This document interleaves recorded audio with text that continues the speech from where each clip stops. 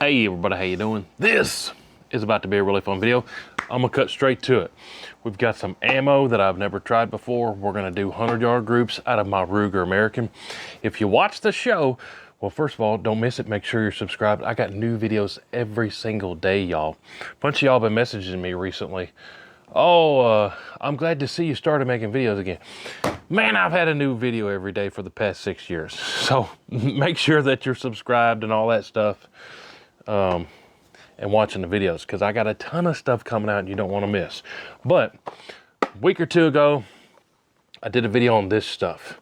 This is some discontinued ammo. A big shout out to my buddy Corey who sent this in to us. They don't make this anymore. This is a 168 grain Match King boat tail hollow point that my buddy Corey sent in for us to try out. This Ruger American budget friendly rig lights out with this stuff. I'm talking about consistent half-inch groups over and over again. Let me roll in some of that footage just real quick in case you missed it.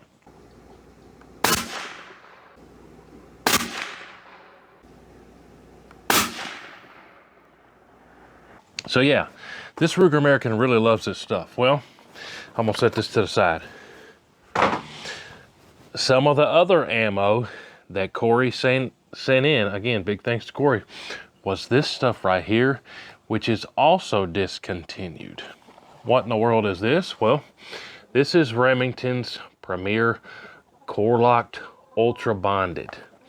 And what we have is a 180 grainer. So, Core Locked Ultra Bonded, they don't make it anymore, you can't get it. Remington does load a couple of bonded bullets in 30-06. Off the top of my head, there is the Spear Impact, which you can get in the new Premier Long Range, which my Savage 110 Impulse really liked that. We did some long range stuff, and I hunted in Africa with that bullet in 30-06 last year. And then you can also get the Sirocco in 30-06, which is a bonded projectile as well. So Remington still does load 2 bondeds, but they don't make this stuff anymore. Core Locked Ultra Bonded, 180 grain. That's some serious horsepower. We're gonna chronograph this stuff too. These older boxes, they didn't print the speed, I don't think. But it says right here on the box, at 100 yards, it's supposed to have 85% weight retention, and at 500, 95%. That bonded projectile. It doesn't give us a speed here. So we're gonna chronograph it and see how it does in my Ruger American 30-06. But just to show you one there, these suckers have been sitting on the shelf I don't know how long, but it's not a tipped bullet. It is a lead nose. Yeah, Core Locked Ultra Bonded. Show you a couple of them. It is a lead nose, but it's bonded. So let me go set up my target at 100 yards. This thing is sighted in with that other stuff, but it still should be close enough to get us on paper. We're gonna get some chronograph speeds, just see how it likes it. Having some fun on ammo testing this stuff. Who knows, maybe if it does great. We'll, there's my rooster, big boy, is right here in front of me, 2 yards. Anyways, let's go test this out, see how it does. And then it'd be fun to try to catch some of these in another video, or maybe even do some long range stuff. But let's see how it groups at 100 yards. All right, here we go. Let's see what we can do. I got my chronograph turned on. Slightly out of breath from running 100 yards up here. 180 grain, Core Locked Ultra Bonded PSP, pointed soft points. See what happens. Ooh, that one surprised me. I'm not super confident about that one. I think I jumped a little bit, but see what happens. That was definitely a good squeeze and pretty close to the first one. Not terrible, but not inside an inch. Probably a good enough hunting group for reasonable hunting, 300 yards or something. But if you're not familiar with these, I should have started. with that. This is a Ruger American Gen 1 Go Wild. They came with camo stocks, this bronze Cerakote, and a threaded barrel. This can right here is my Banish 30 V2. So, but you never know. That stuff that groups great that I just showed you a second ago, the first group of that stuff was over an inch, and then the second two groups did fantastic. So I'll slow down, do my best here, and see what happens again.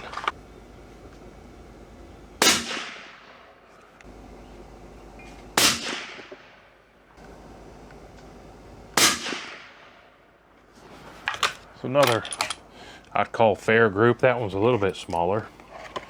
Also too, when I do these type of groups, every once in a while I'll get something that's just garbage, you know, 2 or 3 inch group at 100 yards, and people will say, oh, that ammo's garbage. Well, that could be. That's a possibility. There's also another possibility that just that rifle we had out that day doesn't like it, and your rifle or something else might love it. That's just the way things work. Let's go ahead and set another group.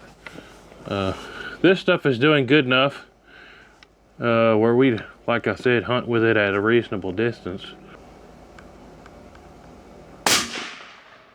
Past couple videos we've been talking about I'm going elk hunting. I bought a cow elk tag. A lot of people have been commenting, why don't you take that 30-06? It does so good for you. Well, this is a bonded 180 grainer in 30-06. That'd be good for elk. But I've already filmed a deer hunt with 30-06. That was 2 years ago, a whitetail buck deer hunt. So I kind of want to have hunt films of a bunch of different cartridges. But 30-06 is great for big game hunting. I also have a video taking a zebra in Africa with 30-06. Also a blue wildebeest with 30-06. So 30-06 is great. It might be my pick if I could only have one, but I've already filmed a bunch of hunts with it. Finish this group here before I talk too much.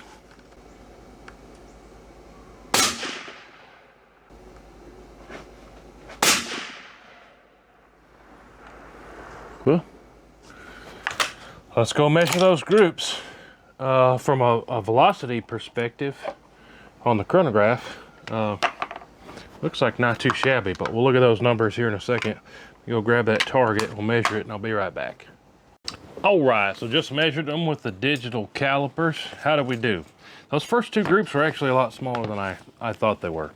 Just over an inch. So 1.12 inch group, and then a 1.17 inch group in those first two. That third one opened it up. Maybe it was heat, maybe it wasn't. This thing, the previous stuff I tested, heat didn't bother it. But overall, this stuff did quite a bit better than I thought it did. Averaging, well, if you put them all together, close to probably 1.3 inch average. But those first two, I think most people would be pretty happy with that, going out with some deer catching ammo. But make sure you're subscribed, stay tuned. I got a whole bunch of videos planned on the way that I promise you don't want to miss.